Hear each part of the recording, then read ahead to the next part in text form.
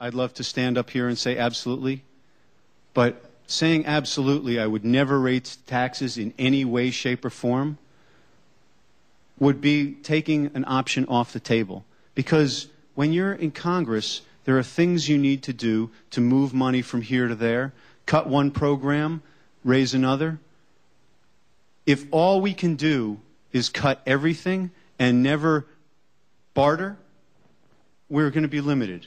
So I would love to say that I will never raise a tax. What I will sign a document saying that on the whole, what I do will lower the taxes.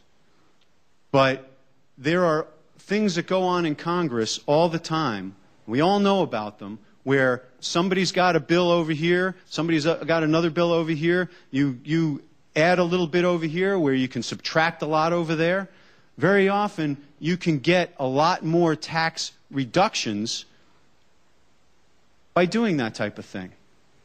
And I would love to be able to say, absolutely, I'll never raise a tax in my life. But that's not realistic. And anybody who says that they will never, ever sign a bill that doesn't raise any taxes is fooling you.